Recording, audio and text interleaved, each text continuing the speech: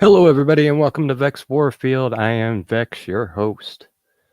And tonight, I think a little reminder is in order. Um, I'm sure people haven't forgotten Bird, but I don't necessarily think people have forgotten, but I think it's something that needs to be brought up again, and it has a lot to do with God's Night. And it has a lot to do with your rights and how they can be taken from you. So, what I have for you tonight is a video. This video, it's called Center of Self-Governance, the Bundy Standoff documentary. Now, I wanted to do this just because it's an important lesson to learn. And there are people that don't know a lot about this. So I figure it'd be a good thing for everybody to, share. And notice this, what was happening then, opposed to what may be happening now. So I'll go ahead and get this rolling, and I hit the boxes all when I was supposed to. So we should have sound and everything. So if it's playing well, at least audio-wise, give me a 5x5 or a thumbs up in the chat so I know it's going good. And away we go, folks.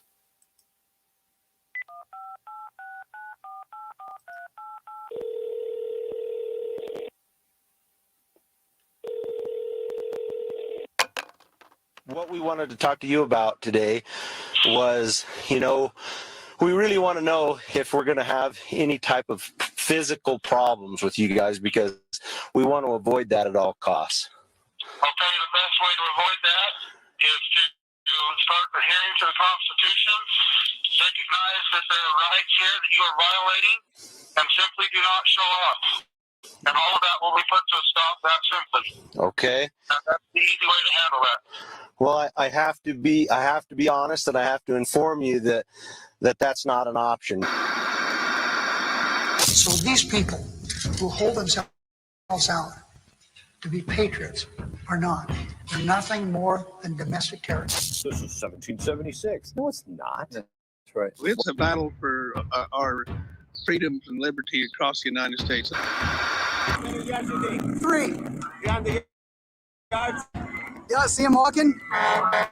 If we don't stand up like we're doing here today, they'll just continue to trot over us. Take our land back and declare freedom and liberty here in this land.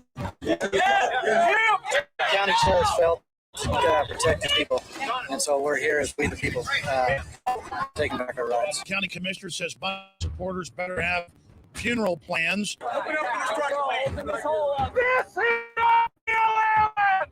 Your court order does not apply! Just go down and Stay calm. The people. You guys need to leave. You need to leave. That's so they can leave. My name is Mark Herr. I am the president and co-founder of the Center for Self-Governance. We teach applied civics nationwide. On April 11th, 2014, I was teaching a level 3 class in Scottsdale, Arizona.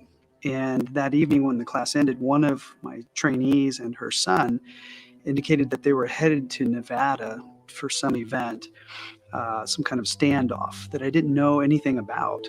And she asked if I wanted to go because my level 2 class was canceled on Saturday in Prescott, Arizona. So after checking with Michelle Perkins, my fellow co-founder and board member, the agreement was that as long as I go, I would record all of the events that took place on April 12th, 2014.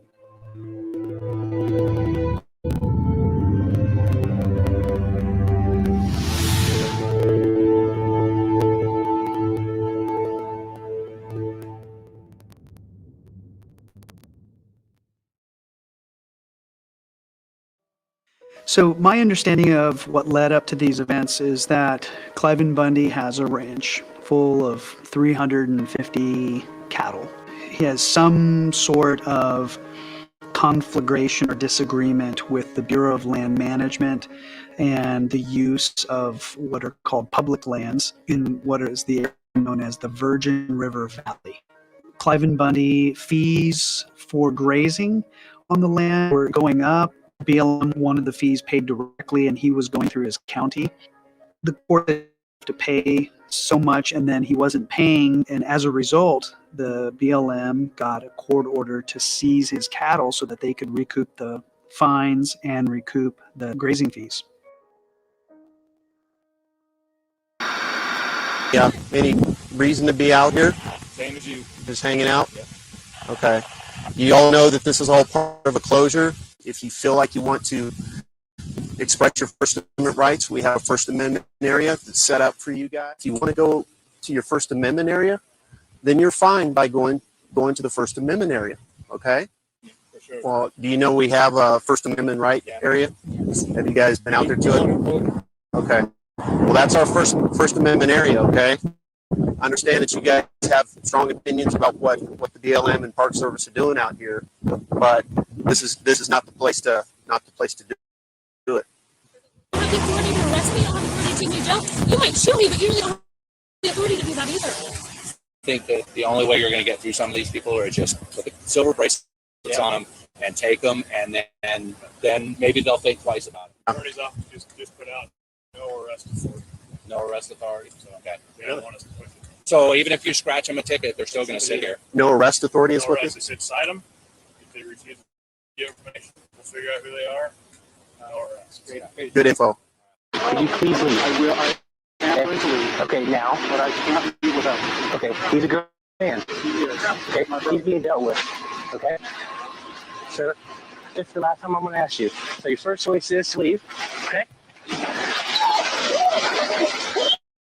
It's your first choice, sir. To leave. To leave. Okay.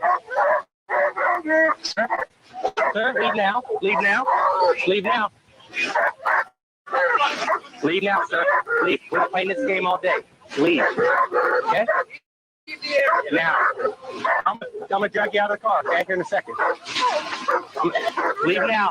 Leave now. You have your children in the car. Don't go. Okay? You guys Sir? Sir, don't do this in front of your kids, okay? Leave now, please.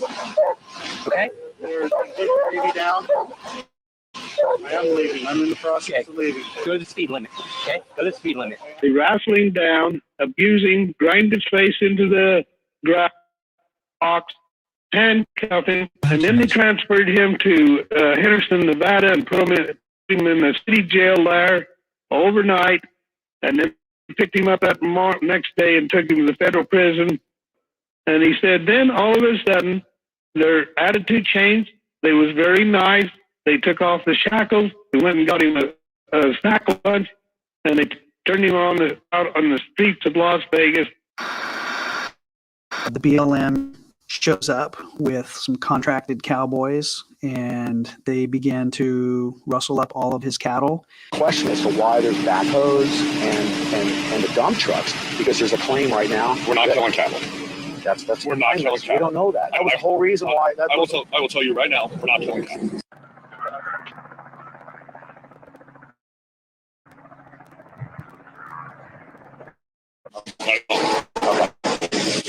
You say, no, and again, I'm the guy in charge. Okay. I do not lie. On behalf of the United States government, I do not lie. There are no baby cattle left out there after you guys have been None? Not killing.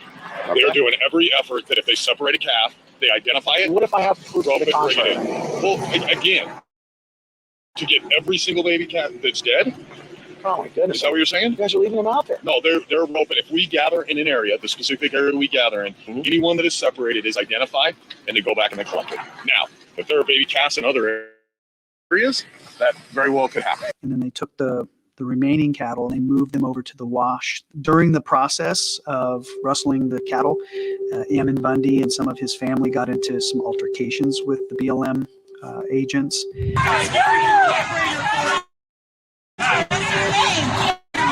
better get your... Hey! Hey!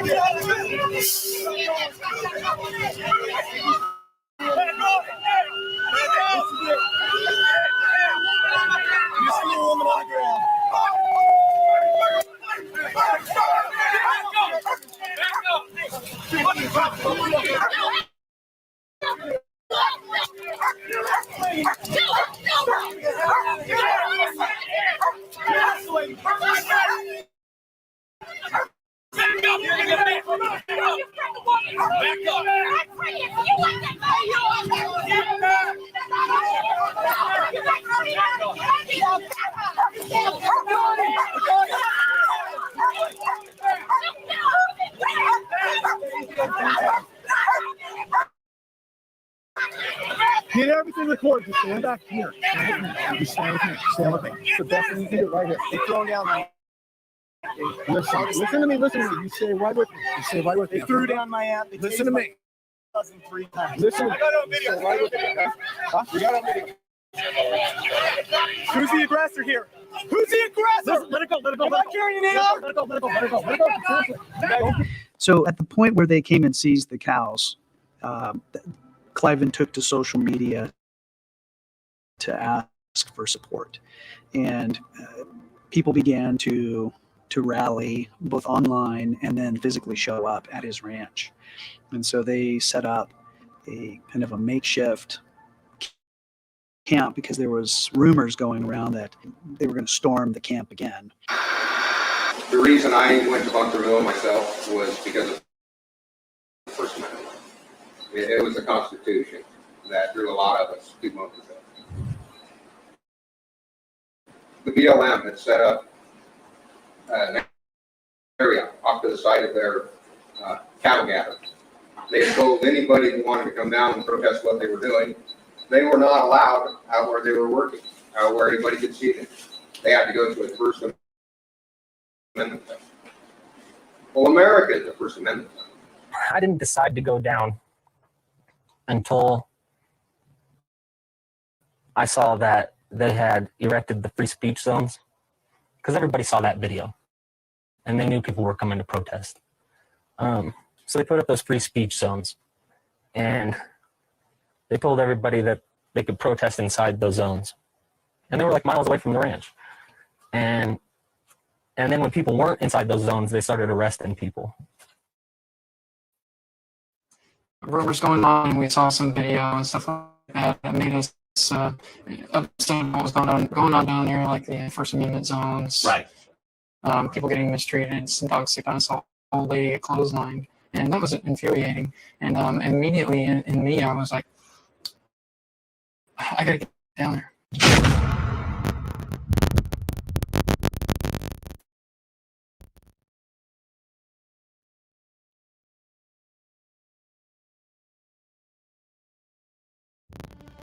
As we drove up I-15 towards the scene, we passed a truck stop. And at the truck stop, I noticed numerous, had to be more than 20 or 30 law enforcement vehicles of various kinds, trucks, cars, MRAPs, etc. And they were all stationed at this truck stop. The scene that we came up on was about 1,000 people all congregated around like a makeshift stage. And different people were speaking. Some were singing, god-awful singing, but they were singing patriotic songs. And they were, some cowboys were getting up and giving it sounded like Western poetry. And then I turned to the right and I gazed up. There's a little hill overlooking the makeshift stage. And there was horses. And they were running some of the horses up the side of this very steep hill up to the top of a plateau. And they were overlooking the folks on the ground. Kind of about halfway up was this line of horses. And they were all facing the plateau where the horses with flags were located. I ended up walking over to those folks and filming each of them. I was curious, what were they going to be doing? Where were they headed? I ended up interviewing this one person named Mel. And it turns out that this was Mel Bundy, one of Cliven Bundy's sons. This is all our fault. I talked to Crescent Hardy, and he's a state assemblyman, and he's running for the 4th district here in Nevada. And I talked to him, and he says, a lot of people are frustrated with me as an official. And he's a local guy here, He says it's all our fault. The deal is they all come to me with the complaints. So he's taking responsibility as a citizen, but he's also telling people that, if we don't stand up like we're doing here today, they'll just continue to trot over us. And so, yes, it is all of our fault. Every one of us, we've allowed this to happen. So what do you recommend the average citizen do? Educate themselves on constitutional matters. Area right here, the small area here was cordoned off with orange temporary like construction barriers marching the free speech zone. It just shows you how quickly your free speech zones can disappear when you allow them to be contained to a very small area. It's gone. What would you tell them to do? Well, I'd tell the governor, I'd say, hey, you back up Nevada law and you take care of your brand inspector, Department of Agriculture. They're supposed to be protecting my property, not destroying them, not signing my name on the bottom of the brand certificates. Like this out here, right? That's correct. So those water rights were either purchased or inherited from, and originally came from homesteading. Okay, and they're throughout this land here, and we have done improvements over the last 100 years and pipe those things down all through this country with tanks and pipes, and the wildlife and the cattle have used that water for 100 plus years. They're tearing those out now. The reason they're doing that is because that is the one thing that ties those rights to this land. See, the grazing rights are also tied to the water. Okay, so if they have any,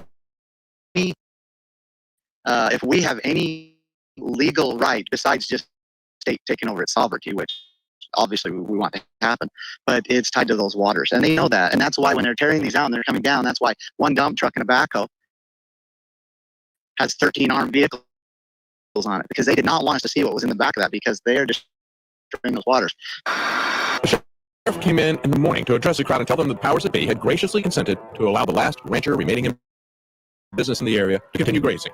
Never mind that he had most of his cattle rustled by the army of BLM contractors for the past several weeks. With that being said, I believe a press release has already been put forth that the BLM is going to cease this operation. The Oak Butte allotment will be reopened to the public. Much to the surprise of the sheriff, Bundy said that wasn't good enough. Sheriff, this is what the people are asking this morning. Disarm the Park Service.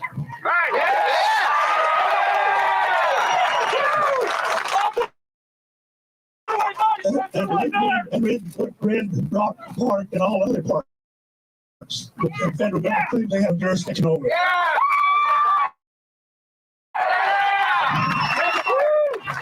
Take your county bulldozers and loaders and tear down the entrance places. The very ridiculous, and where they interest and make us citizens pay their fees. You take down you get the county equipment out there and tear those things down this morning. Yes, sir.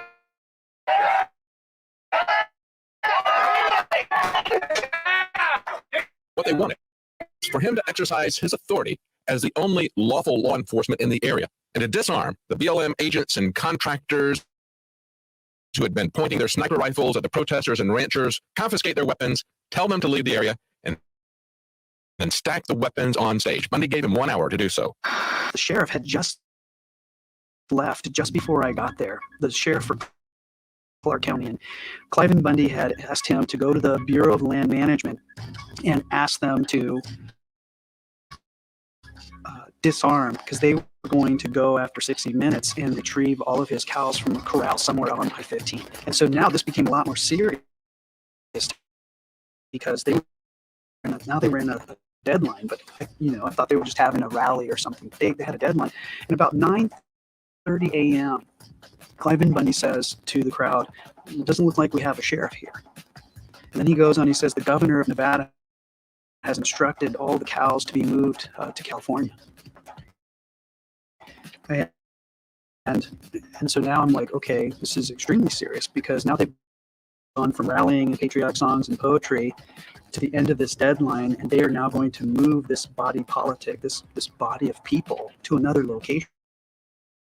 And it turns out there wasn't a lot of media there, but there was somebody from the Nevada, like Las Vegas TV station, and she was trying to interrupt act with them. And Cliven was saying things like, we don't recognize, I think he was referring to the BLM's jurisdiction or something to that effect. And then she ends up talking with one of Cliven's sons. And we can only stretch ourselves so far. My cameraman isn't even here yet. Yeah. Some slack. We can't turn on a dime. We can't be everywhere at once. If we're going to get to that, we can't be somewhere else. Just about 5 or 10 minutes later, that's when Cliven Bundy says, So I guess we got presents. We thought we had a sheriff here, but evidently we don't have a sheriff here. His 5 minutes is up. Now we're going to go and take our land back and declare freedom and liberty here in this land. Is God going to be with us? Do we all feel good? and I'm thinking, how are you going to do that? How do you take your lands back and declare freedom? You guys are not well armed. You've asked for this other entity to be disarmed. So how are you going to accomplish that? One thing I'm going to do, Cliven Bundy's going to turn cattle out of his farm. They're going to go out on the open range where they belong. And we're going to go and take the rest of them out of the compound grills up here, out of the freeway. This should be the governor of Nevada's job, but he's actually inspected these cattle to go to California.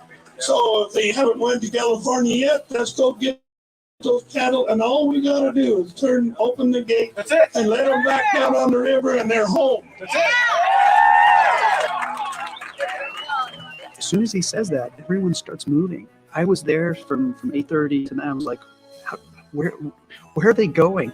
And so I walk up to the road and head up back towards the interstate. It's about 1.5 miles away. And the horses that were on top of the plateau, they start coming down, and I asked them, I said, where are you guys going? Nobody would answer me. So where are you guys headed?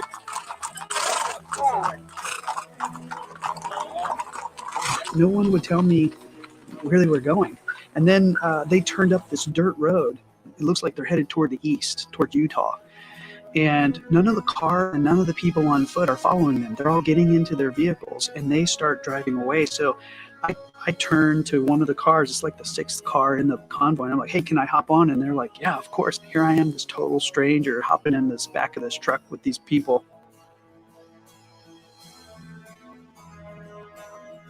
They head towards the same direction I'm headed, and they come back to Interstate I-15, exit 112, and they turn east. And as we turn east, of course, there's other traffic merging with them coming from Las Vegas. And I'm still wondering, where are we going? I know that the horses are parallel to me to the south by about 1 mile or so, going up that dirt road. And I'm wondering where they're going. And apparently everybody else knows where they're going except for me. And I turn around and I'm filming east, and the traffic is starting to pick up because merging Las Vegas traffic is catching up to ours. Watch these hills, boys, watch these hills. And we pull up onto the scene where I can see on the westbound traffic towards Las Vegas that there's a large number of vehicles kind of off on the shoulder of I-15. And then our traffic begins to pull over on the opposite side, the eastbound traffic. So this is the traffic going towards Utah.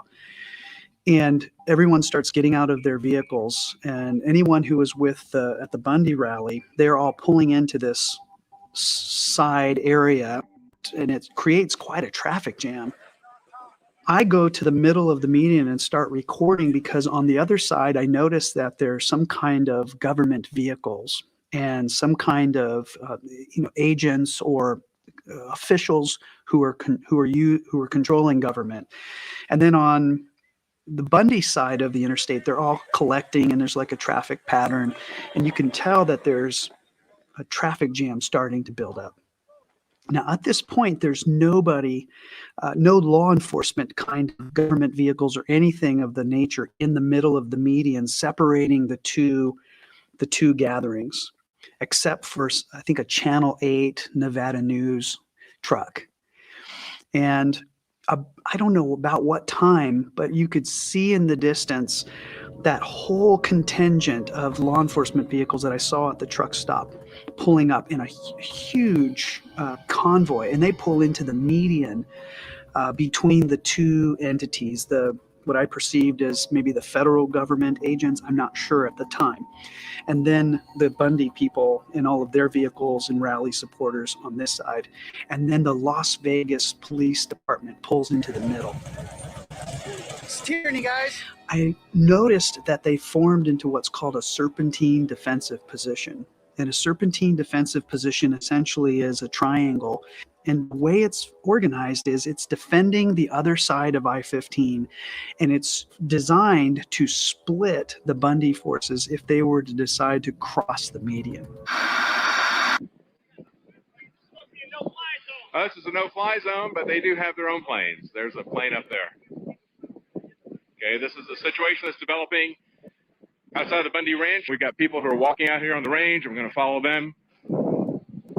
I haven't seen any BLM people yet, and we do have a plane that is flying overhead. This was declared a no-fly zone yesterday. The same sort of treatment they give to the president when he arrives in an area, and they put it on for pretty much an unprecedented amount of time, for 30 days. So here we have essentially the government of America stepping this up as if this was a foreign occupation. The traffic jam is now, it's backed up. You can't even see the end of it going all the way back to mile marker 112, and we're at mile marker 114, so it's 2 miles. And all I can see is traffic backed up, but you can hear sirens. Eventually, I see the Nevada Highway Patrol pull up, and they pull about 50 yards in front of the traffic jam, and they block the traffic, and some vehicles kind of weave their way through. So now you've got the State Highway Patrol, you've got the Las Vegas Metropolitan Police Department, and on the other side, what I now find out is it's the federal government through Bureau of Land Management and several other agencies. So you've got 3 levels of government. You've got the governed from the Bundy rally, and then you have the regular traffic from Las Vegas going to Utah, all in this one spot. You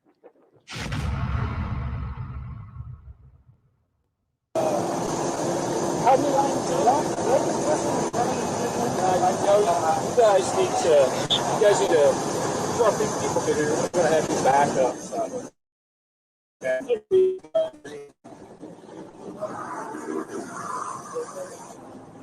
Hey, don't take orders from that officer. Hey guys, don't take orders from that officer. 233, let's get some of our people up in the front, and let's move the BLM folks back if we can. So again, let's get our folks up here to interact with these folks instead of these BLM. Control BLM. BLM. Yes, ma'am. Just be advised. We understand that you guys are already en route to our ICP. Just want to confirm that is the case. Dr. Affirmative. I can hear people talking. We're blocked in. We're trapped here. What do we do? Where do we go? They're having all these conversations. It's kind of chaotic. And then I know contingent of Las Vegas Metropolitan Police Department, and these officers start walking towards the crowd. And as they walk towards the crowd, I start moving towards them because I want to, who are these guys? And I find out that it's the number 2 county sheriff, the deputy county sheriff for Clark County. He is walking towards the crowd and he's looking for somebody.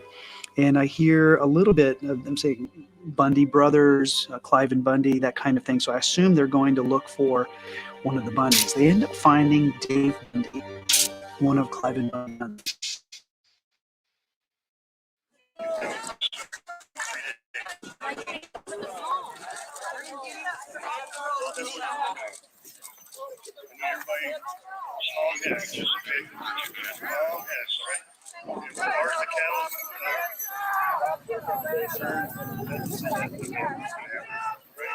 I think if you just take your time, patience, One of the comments made by Dave Bundy's wife. Thank you, officers. She says, "Thank you, officers. Thank you for doing something." And I can't really make it out in the recordings, but it was really striking to me that they weren't yelling at the law enforcement officers. They were thanking them. And I wasn't sure what they were thanking them for because these people seemed kind of agitated. And so I wasn't sure why was this side thanking those law enforcement officers when there was agitation going on. Those officers left. And at some point, the people realized they were in the wrong spot. Whose responsibility is it that we've come to this point where the federal government is out of control? Well, certainly you could say that ultimately it is we the people's fault for electing yellow-bellied politicians. What do you suggest to the average citizen coming to this point? How do we avoid coming to this point, or what would you recommend to them? Well, you got to stand up for your personal rights to begin with and elect honest officials. Honesty. There was over 100 BLM agents out there.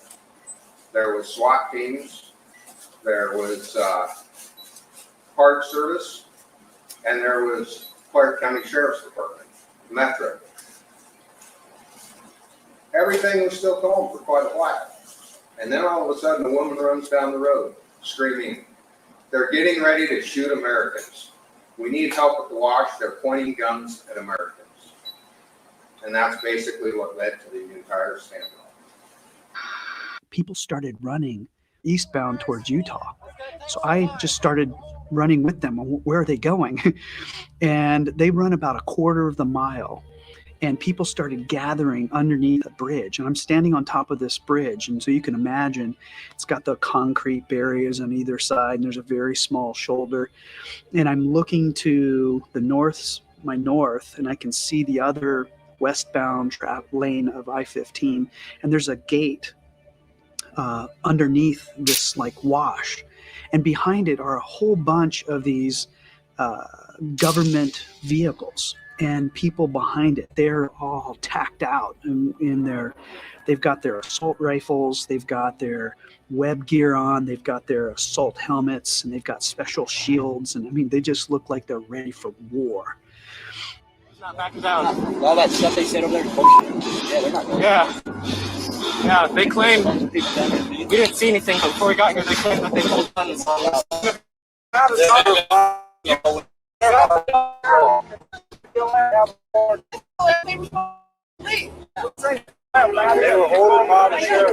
is not BLM land! It is Nevada Department of Transportation land! Your court order does not apply! People are starting to gather from underneath the wash, and some people were on top. And I'm standing there filming this, and I see this one guy walking up towards the gate, and you can hear him yelling, "Are you really going to shoot these people? Are you guys really going to shoot these people?" These people don't want to get hurt! Are you really going to shoot these people if they move forward, yes or no?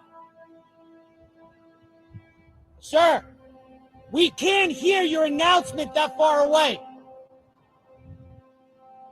We can't hear it. That's why I'm coming to you. I cannot hear what you're saying through the tunnel here. And you can hear the microphone from the federal agents, and they're saying, "Step back, we have a court order, this is U.S. territory, do not approach the gate," in real serious tones. And people are gathering on top of the bridge and underneath the bridge in the wash. I noticed some movement it looks like to me like a mile to my right on top of a major plateau. There's a sniper up there. I'm not surprised. Did you see him on video? I zoom in and I notice that they're snipers. These people are on top of the plateau and they've set up sniper positions. And then I hear kind of a cheer from the crowd, and then I notice those horses that had gone up the power line road. They now have met up with the people underneath the wash, and they start advancing toward the gate. You're gonna have to arrest us all or shoot us all! The crowd is now moving forward toward the barrier. The police have been telling everybody they are going to shoot if we don't move back.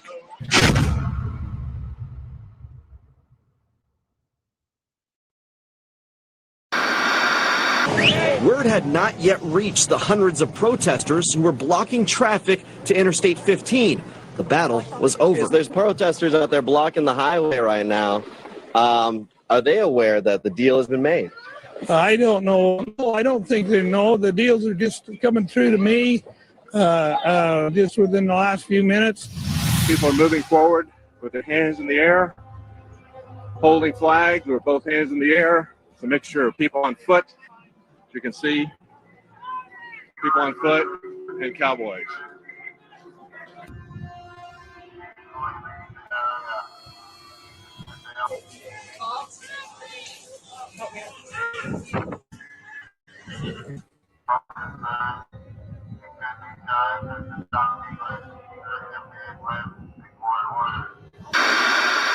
Now there's this standoff taking place. You have this kind of gaggle of horses, and they're spread into kind of a crescent moon, and there's people intermingled with them. And you can hear them, people shouting, "Open the gates, open the gates." There's people standing right next to me really loud, "Open the gates. This is the United States."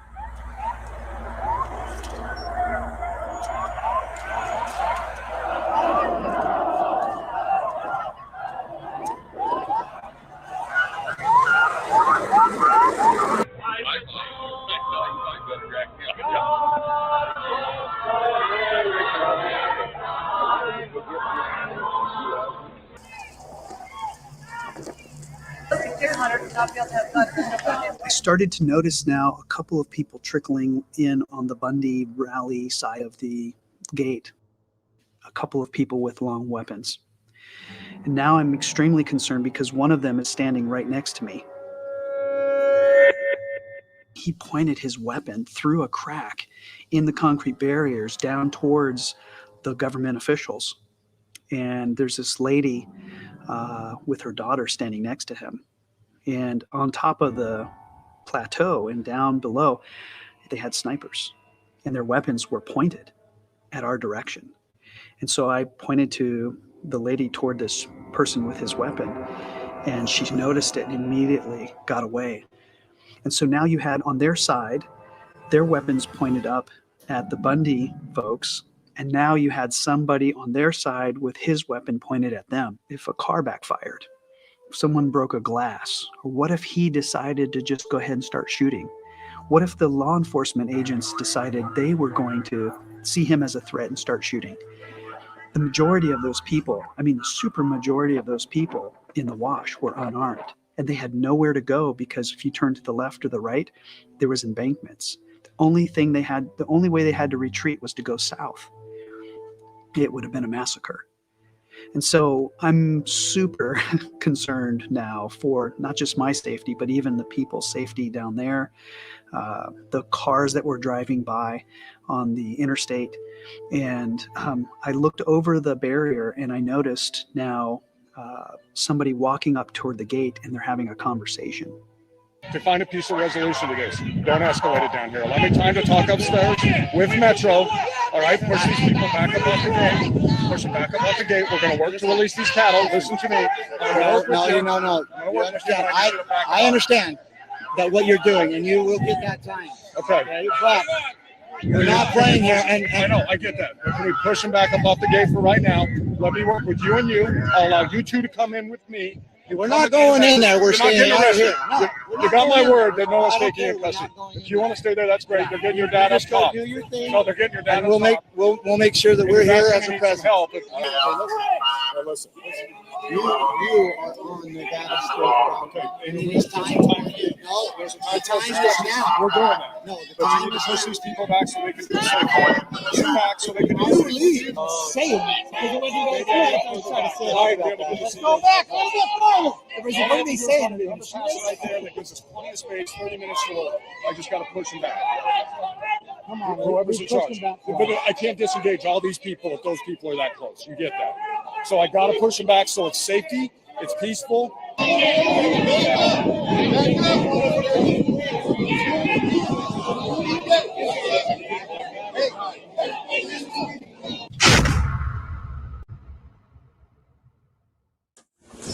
You're my lethal. I want you guys to be ready for second wave, okay? When I call in second wave, come in. Okay.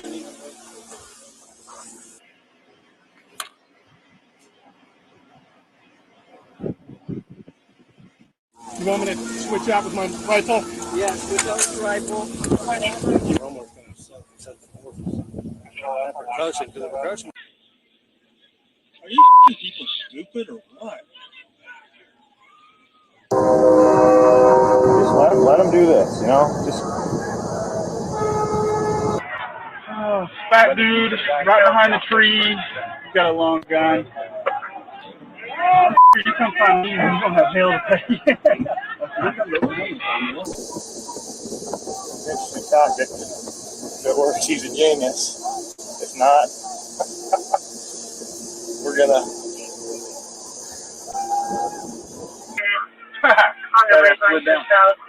Pretty much a shoot first off.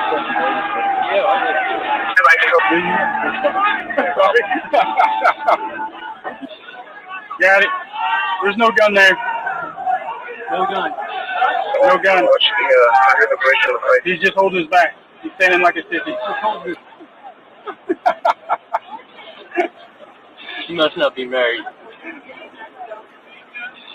Shoot this dog first. All they need is one of them to fire. They know it's gonna fight. We gotta have fire somewhere. I'm recording, by the way, guys. So. Yeah. I love it, Code 4. They're not actively assaulting us yet.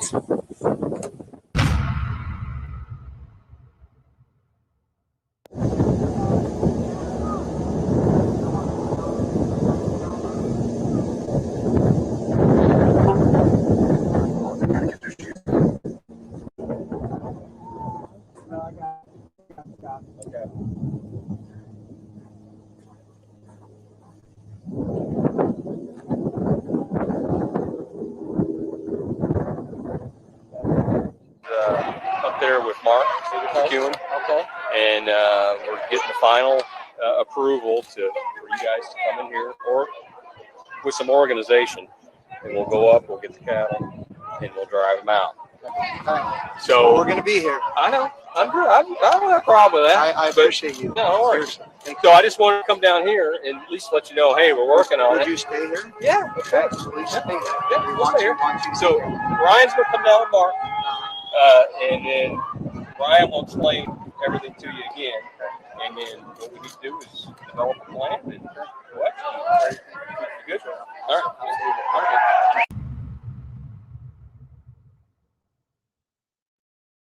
All right. Hey, listen up. Good. Not backing up. We're gonna have back down the road. Back down a little bit. Back up. Nice and orderly. Okay. You need to ask permission. Ask permission. I'm asking you. Yep. I think we're good. We're good. We're good. And then, you know, just hang out. Actually can't throw shit at you.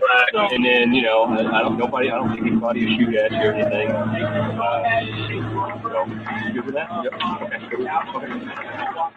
Hey! They promised to leave and release the cattle in 30 minutes. But they want us to get back farther so they can disengage. So let's give them that chance. Then rumors started passing through the crowd, and people started saying, hey, there looks like the BLM and the other federal agencies are going to back off. They're going to retreat. And I'm like, that's nuts. That's never happened in U.S. history, where you have the governed approach a barrier, and then the local, state, and federal law enforcement will back away. That's just unheard of.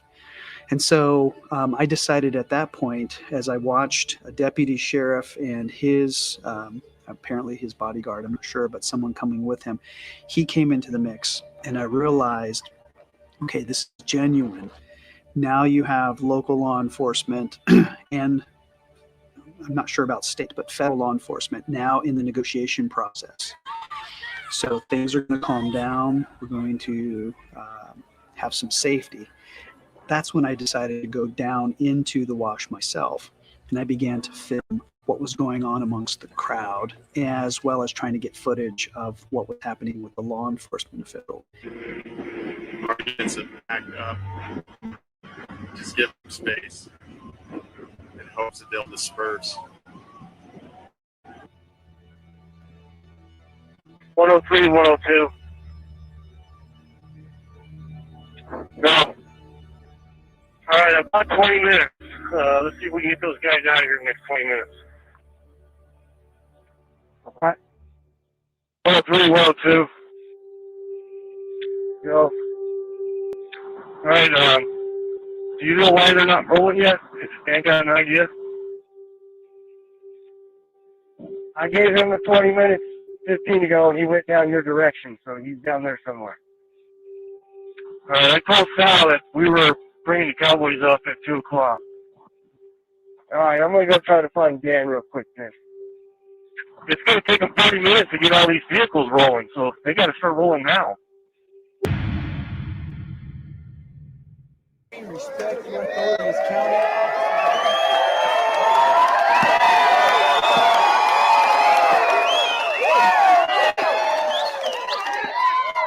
Stay calm. They're about halfway packed up in camp. They're going to finish up and leave.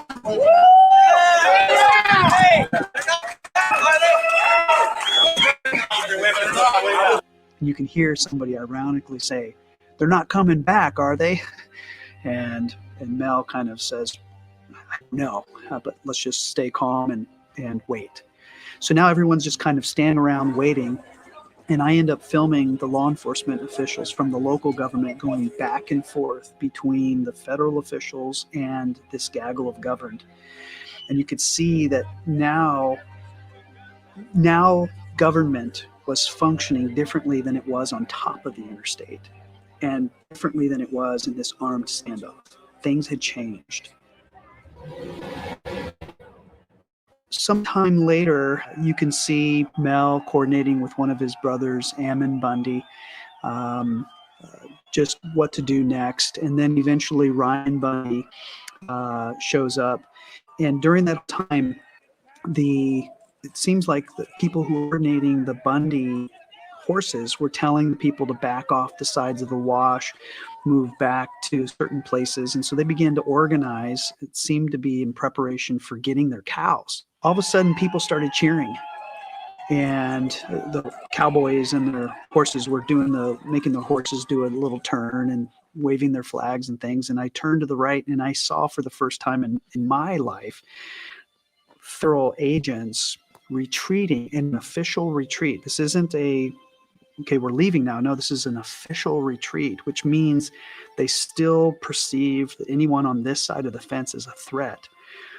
And so eventually they completely backed away from that area. And Ryan Bundy got on top of it looks like a power generated lamp post. The West has now been won.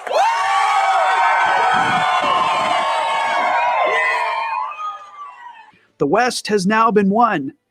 And standing behind him was 3 different government law enforcement agents. One was federal and the other 2 were definitely local. They have agreed to pull out. They're going to start loading their equipment immediately. And it's going to take them more than 30 minutes, but they said they'd have their first vehicles going out in a few minutes to show that they're moving. Thank you. Then we're going to go in and we're going to open the gates and bring the cattle down.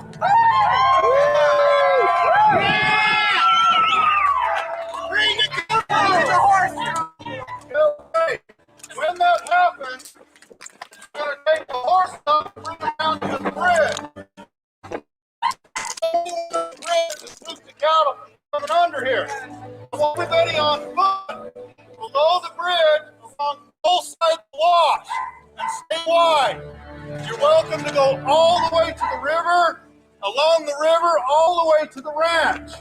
Okay? The officers jurisdictional authority has been restored here. Yes! Okay, so we will remain peaceful. There's been no shots fired. There's not going to be any shots fired. Right. Yeah. Okay. The Bundys asked everyone in the wash to go on top of the bridge and not be in the wash. They lined up behind the Las Vegas Police Department vehicle, and then they started moving towards that campsite that I filmed. While they were moving towards the camp, all the vehicles were passing right next to me and at a high rate of speed. They were BLM vehicles, they were unmarked law enforcement vehicles, and they were full of federal agents. I counted 180 vehicles, and I filmed this for like probably an hour and a half of vehicles leaving from that camp. And eventually they started slowing down. I think it's because a lot of people were standing on the highway. And at some point I saw the cows coming through the wash, and I started filming the cows. The irony to me was they were passing the gate, and people were gathering in the wash, and they were just sitting there.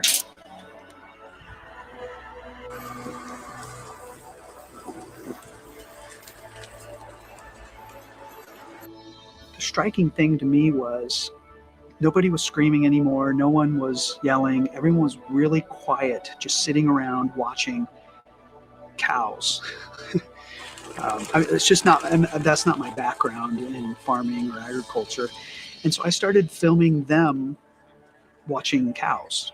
And I got footage of Ammon Bundy, and it looks like some of his brothers and sisters and some cousins, and they were all standing around watching. And he's carrying the sign that was originally on the fence that says, closed area, no trespassing. And they're just, the only thing you can hear in the footage is the cows mooing.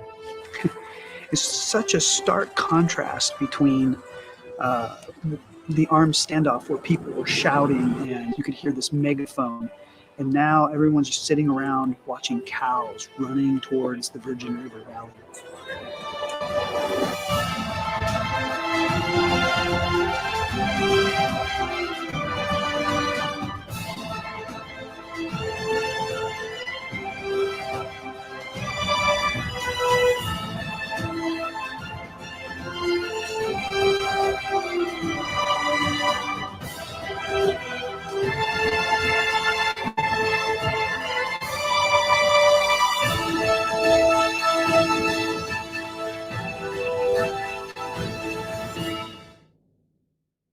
And then everybody started to leave. Of course, now I had to find a ride. So at this point, I'm now walking up the dirt road that the horse posse had come down originally in the morning. And I'm like, this is going to be a really long walk. And this guy pulls up next to me, and I'm like, hey, can I grab a ride? And he lets me in. To this day, I have no idea who the guy is. And we drove back to the Bundy Ranch rally point, if you will. And they had barbecue going, and you could smell hamburgers and hot dogs. And the Cliven Bundy was speaking on the megaphone. So, maybe it's not any of us. We can't take credit. Any of us can take credit for what's going on today. We're going to have to look up a little higher, up there where those birds are flying this morning, and thank our Heavenly Father.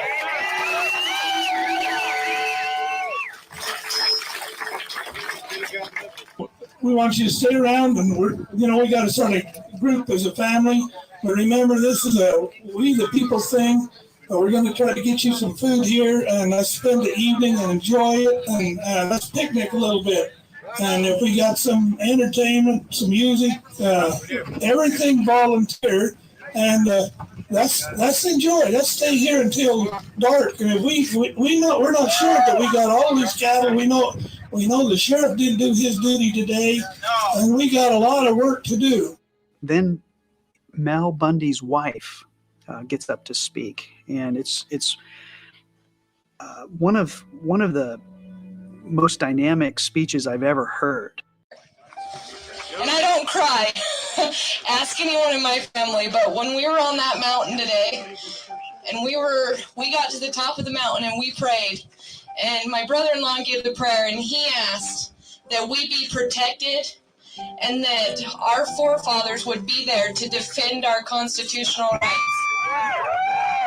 And I will tell you, I will testify 100% that we took that horse, and we were in such a rush to go gather those cows, we didn't even realize we had a riderless horse, and we took them with us. We took our forefathers with us, and we took that horse up that mountain. And I will tell you that when we sat there at that gate and people were warning us to turn around because we were going to be killed, we had overwhelming feeling of peace up there. Yeah. And those men that fought and died for this country so that we can enjoy our freedoms right now were there with us. Yeah. They want us to be free.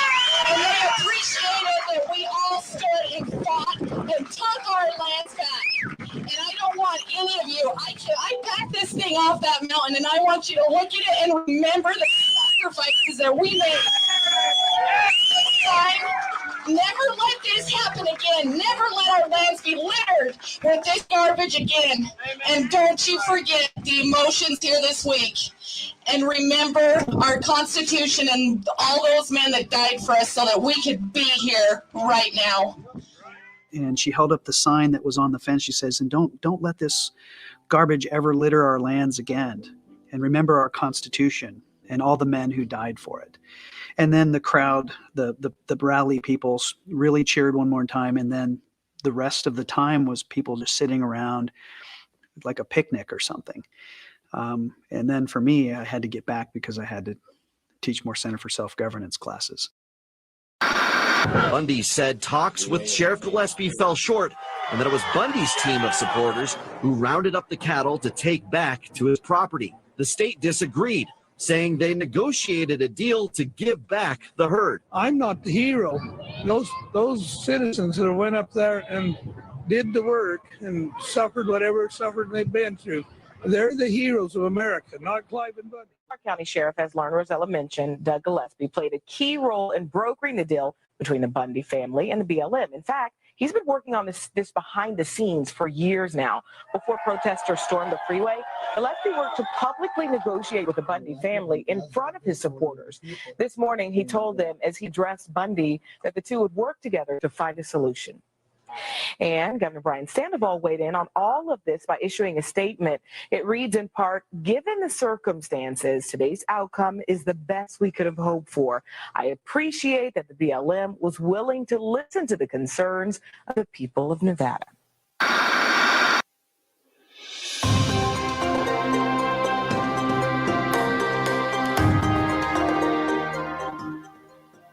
The fact that nobody died is a phenomenon. And there's probably many reasons why they didn't, but one of the most striking reasons to me is because the governed chose to challenge the boundary. And the boundary in this case was the physical fence. And the irony is that Clive and Bundy is not in the gaggle of people and horses. So these people were willing to die, in effect, for someone else's cows. Which means it must have been bigger than the cows. It must have been something more than the cows to these people. Our jury has been told that this was all about cows. This situation had absolutely nothing to do with cows, for a vast majority of us. The reason I went to Bunkerville myself was because of the First Amendment. It was the Constitution that drew a lot of us to Bunkerville. The overreach of the federal government. And I heard different people saying, I'm from Delaware, I'm from Massachusetts, I'm from Utah, I'm from Washington. So it's obviously people from different states. And so their willingness to challenge the boundary, to die for someone else's cows, and to press those other natural-born persons on the other side of the fence who are literally government agents, to put them in the position where they had to choose whether they are going to shoot these people or not. That's profound. And to have been there to see it for myself. The other thing that was very profound to me was when they began to negotiate and when the local law enforcement became the middleman. The architects of the United States designed a system that was supposed to function that way, where we have multiple layers of government, so that you as the governed, you have more than one source of remedy. And in this case, more than one source of remedy manifested itself. And so I'm surprised that nobody lost their life. I'm surprised that no one lost their liberty that day. And I'm surprised that the property got returned. As in most cases, when the governors are using government, the governed will lose.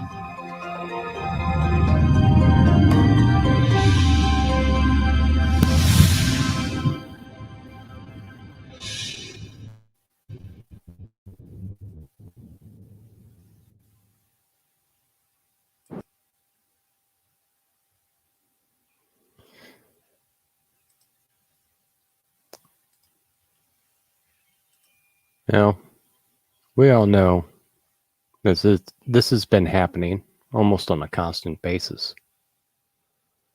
I mean, whether it's televised or not. Speaking of the televised aspect of it, you notice how they reported it in the news, what they put up on the news. They went straight to the governing officials to basically put their message through. If that was real reporting on that situation, they'd have continued with talking with the people. That just goes to prove that even back then, the media was biased and on a short leash.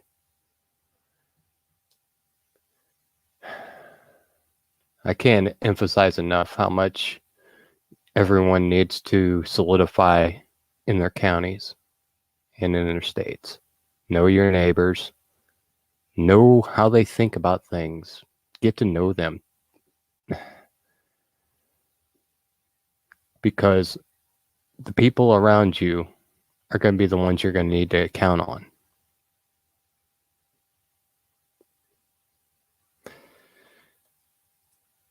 And that pretty much concludes our night tonight. I wanted to play this video and kind of give a reminder that they will show up in force. And they won't be nice. So, defensive preparation.